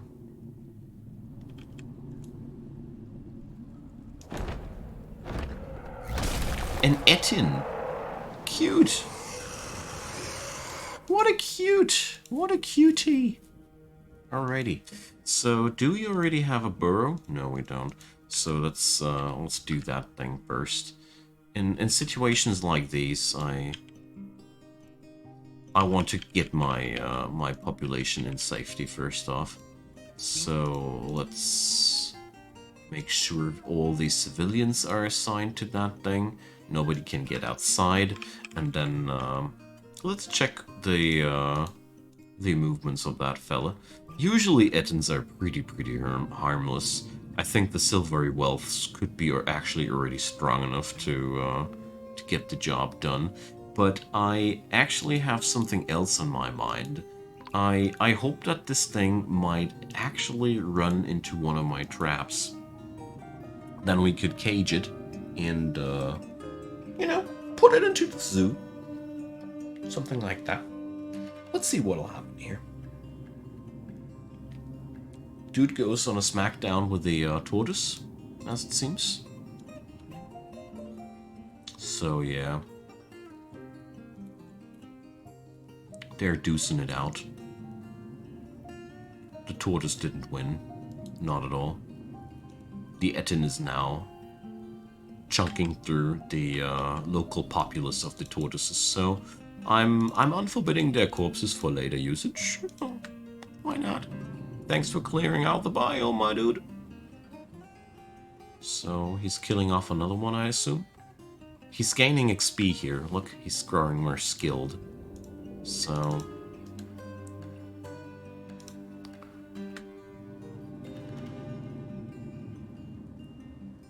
he even got a child.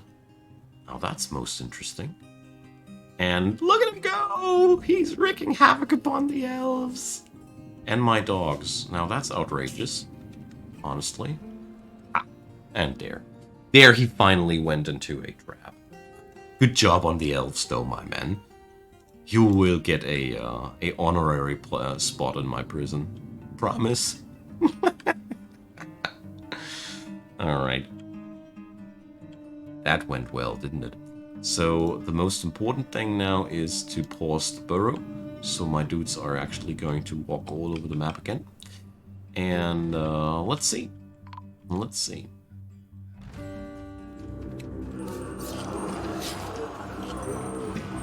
Cavern dwellers. So we got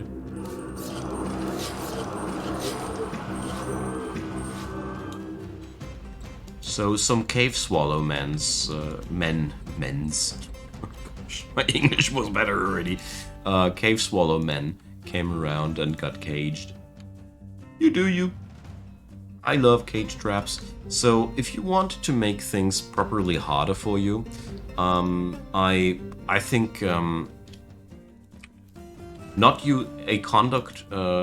using cage traps would make the game substantially harder. Gotta say. So yeah, the death of our dogs is truly a tragedy. But We gained the entirety of the loot of the Elven Caravan. Why does that amuse me so? I don't know. So let's make more charcoal.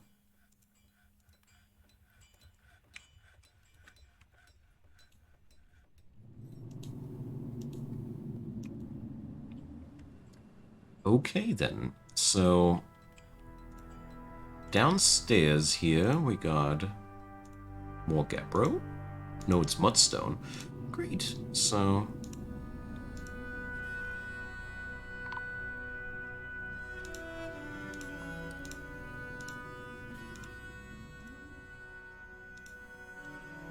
I know it ain't that necessary to stagger like that, but I personally like to build like that. Goodo. So we got those cave swallow men that we need to take care of. We also got this wonderful Etin specimen that we need to present somewhere, I think. I'm going to build him a proper exposition room and all, I'd say.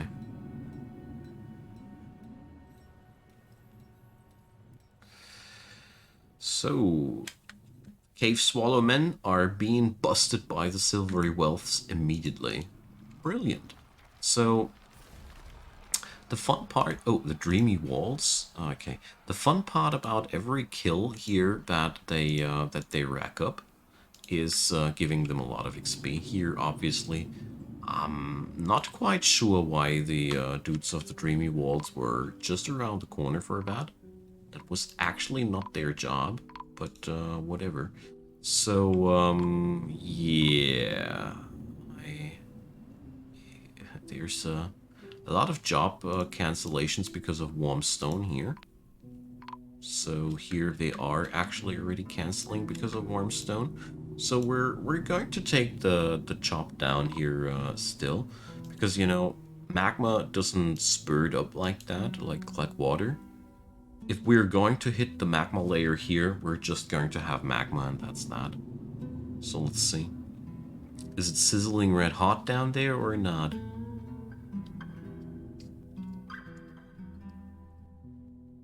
Oh man, curiosity is killing me. And they're not giving me any fast answers. So, okay.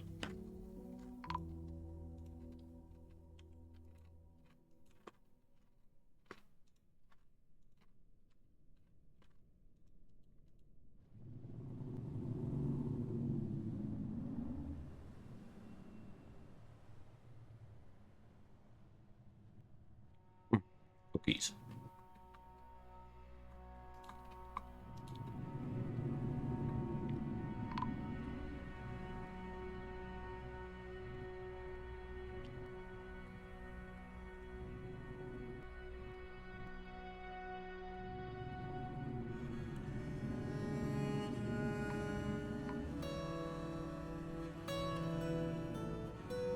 Okay. Now we are aware a little bit more of our surroundings.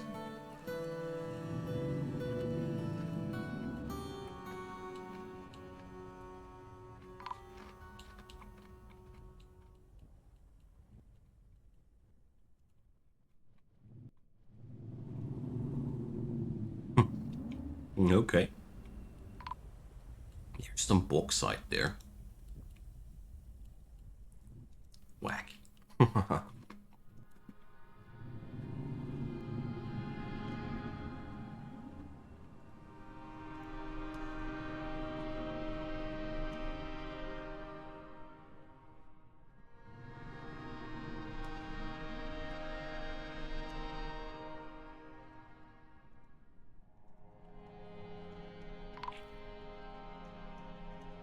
Sorry. Needed a moment for cookie silence. Pretty sure you totally understand. So, we got new animals that we could put in front of our base. I mean, in one of our poles here. So a flock of elk birds has come on in.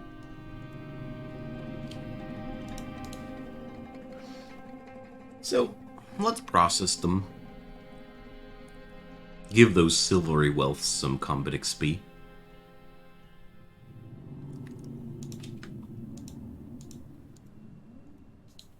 So now that we have successfully breached Kevin Layer 1 and Kevin Layer 3, my next bigger goal is to scout out a spot where we can safely try to gather ourselves some adamantine.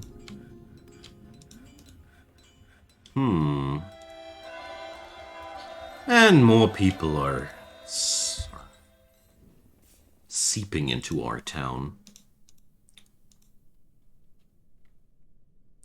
So we're getting closer to the maximum population of 200 people.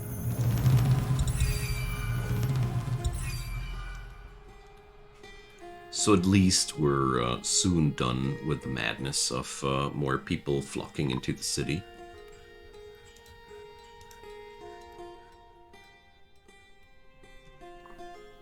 There we go. And some nice combat training is going on for our dudes here. Okay, that looked more problematic. Is it Jabberer so much of a bigger issue, or well, it just took them a damn long time to kill the beast. Okay, but it was not like the beast was getting any counterattacks on them. Just wanted to check if there was any danger for our folks involved, you know?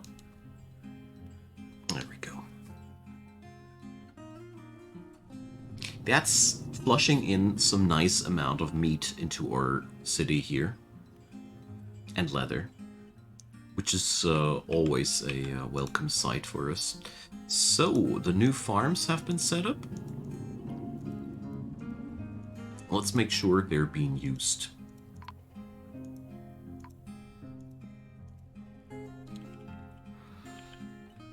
Right. Well, let's get rid of those monkeys. All right. So, a export ban, more bitter sludge.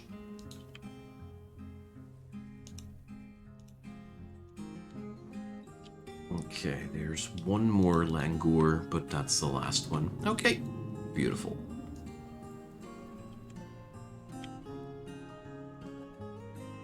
Very happy to see that we got such a nice amount of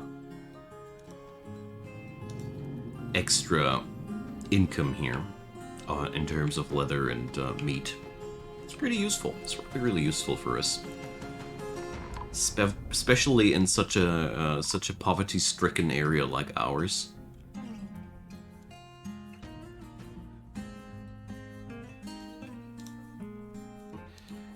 Okay. So the real beautiful part now is that we also have access to all the bloodthorn down there, which means we got a nigh endless source of wood that we can transform here into charcoal, which is really, really cool. So our kids are flocking around the toys. So we're going to make just another set of rock toys here. You know, every change a running system, and since the kids are loving it now, we're going to crank out a little bit more of these. So, let's make sure that more bedrooms are being created while I'm talking. And let's see. All of these have been claimed already. Are there any empty rooms anywhere? No. So we better be making some more rooms, don't we? Oops. No.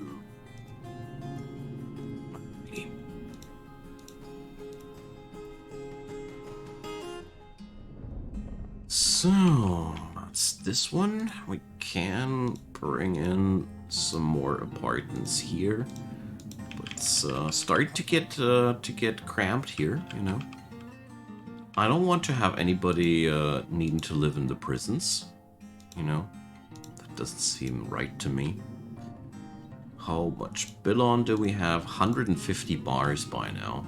That's the numbers I was hoping to see now. So the prisons are making a really, really nice progress here as well. And we're almost at maximum population, I just noticed. We are only 6 people away from 200. And then finally the waves of migration will stop.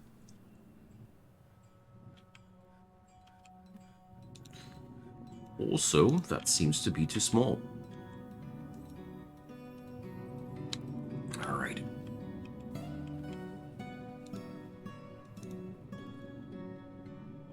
So, if we go downstairs like that,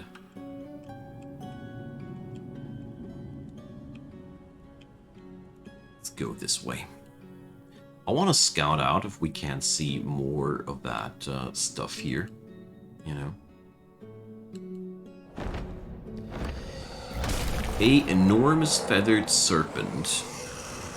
Beware of its fire. Okay, so this thing is coming for Cavern Layer 3. So the weird thing nowadays is forbidding a door is enough to stop the beast. Okay. See ya.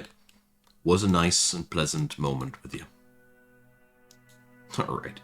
Whatever. Don't need to understand what has happened here.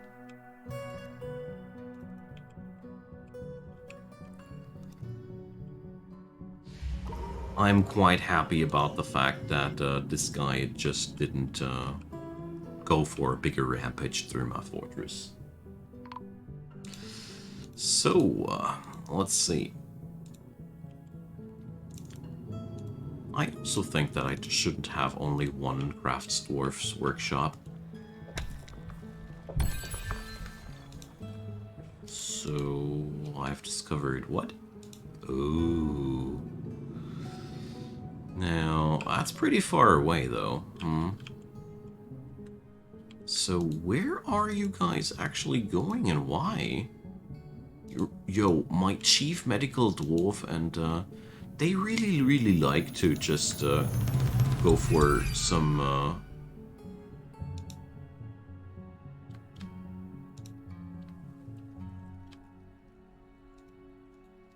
So, that thing never left the map. It is still here. Alright. Okay. Good. It fooled me. Not gonna happen one more time. So...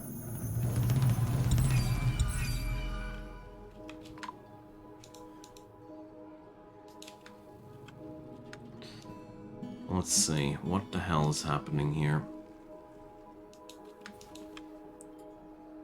First off, it seems as if we are unable to get outside there due to the fire. So that means that thing is going to get inside here. Okay, so we're ordering everybody to the burrows now. Because, you know, I don't want any civilians here. And my dude's already in combat mode here. Let's see. Yeah, one of my folks has been found dead. Masterwork has been lost. Alright, whatever. So, let's see.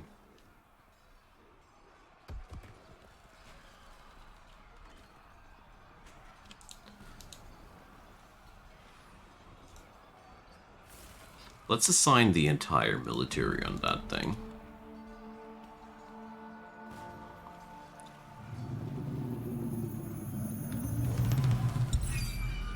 So...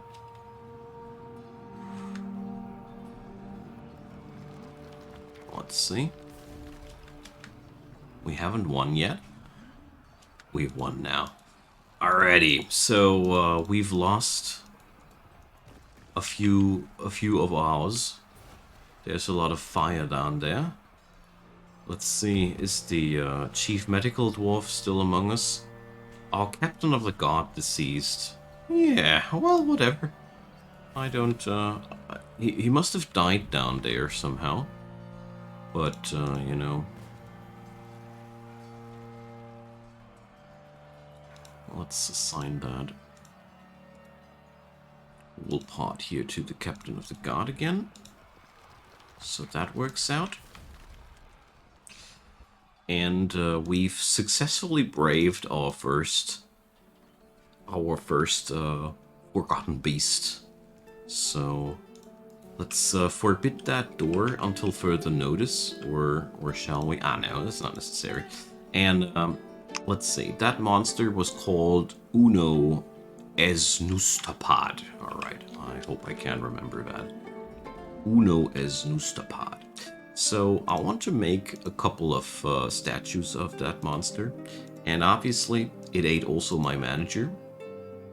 Such is life. Monsters ate my manager.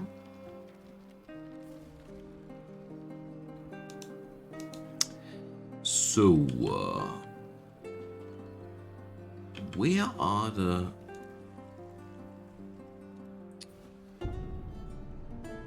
Manager?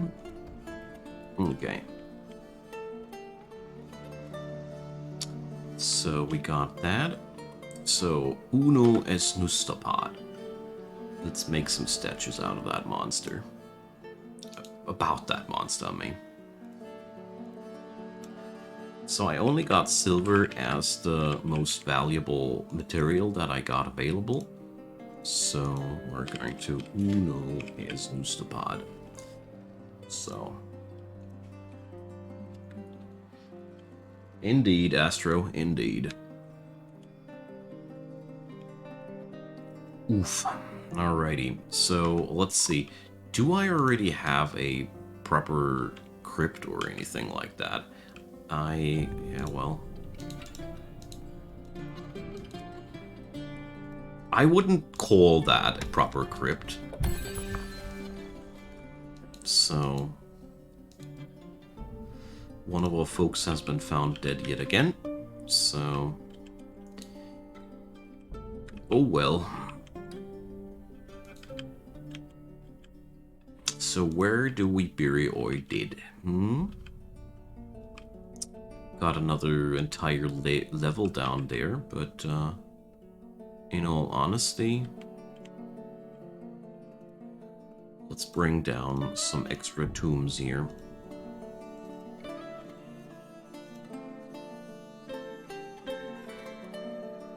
I like the idea of burying my dead down here in the caverns. So let's bring up a couple of coffins here. Oh, I only have 3. Whoopsie. Okay, but we're making fancy statues about that event, and you know, that's going to be good. Drop off inaccessible, that means we're still... There's still, drop off inaccessible is is usually a clear statement that you forgot to turn off your burrows. So let's see, we got enough orderlies. I'm still assigning one more dude for that. Just for a good measure, you know? So...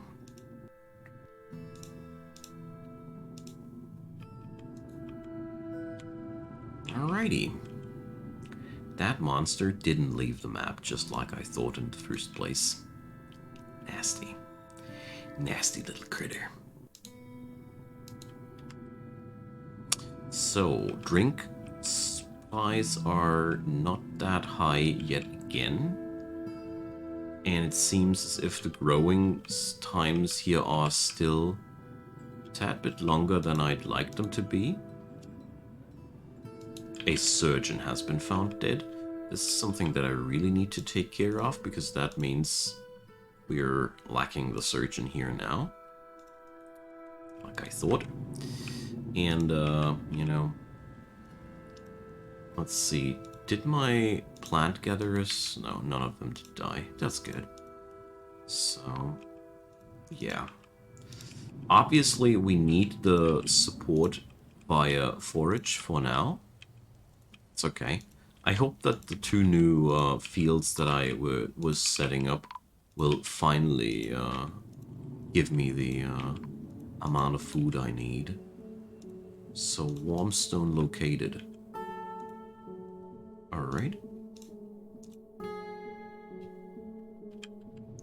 I don't think that this is actually worth stopping here, but...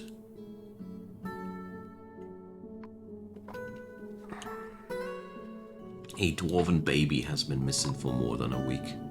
It's not a good sign. So, a lot of people went missing out there in the caverns. I seriously have also no real clue why these folks actually went down there.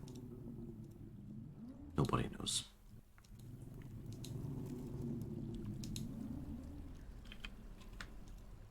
I mean, look at that little thrill seeker here. It's going out there to play make-believe. And then you wonder why they're dying.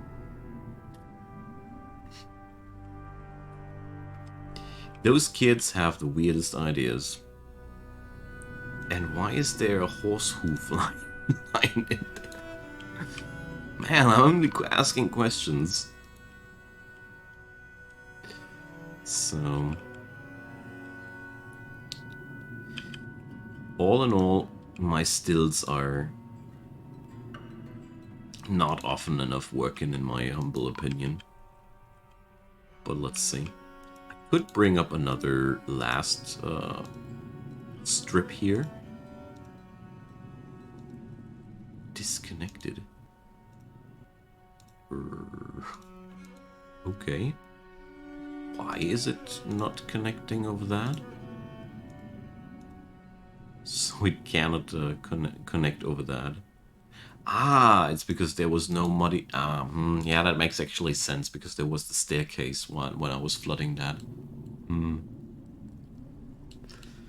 Yeah, well, whatever.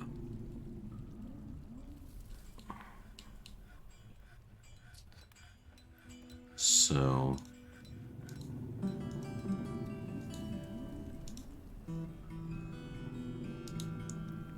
why is that kid moving so slow?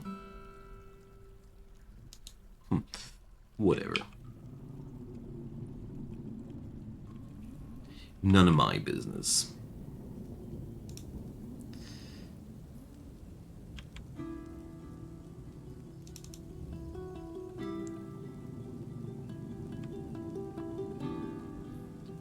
So, keep wondering about when exactly we're going to be on a sustainable level for this city.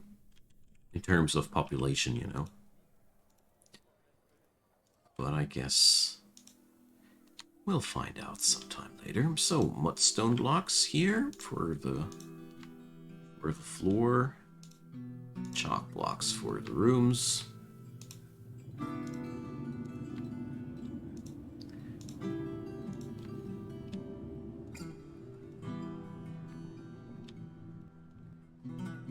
So, let's see. All these bedrooms have been assigned. Wonderful.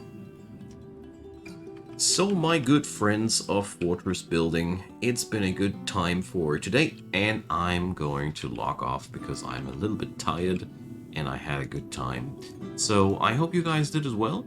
Feel free to drop me a follow on the channel, and I'd be really happy to see you guys next time. So, yeah.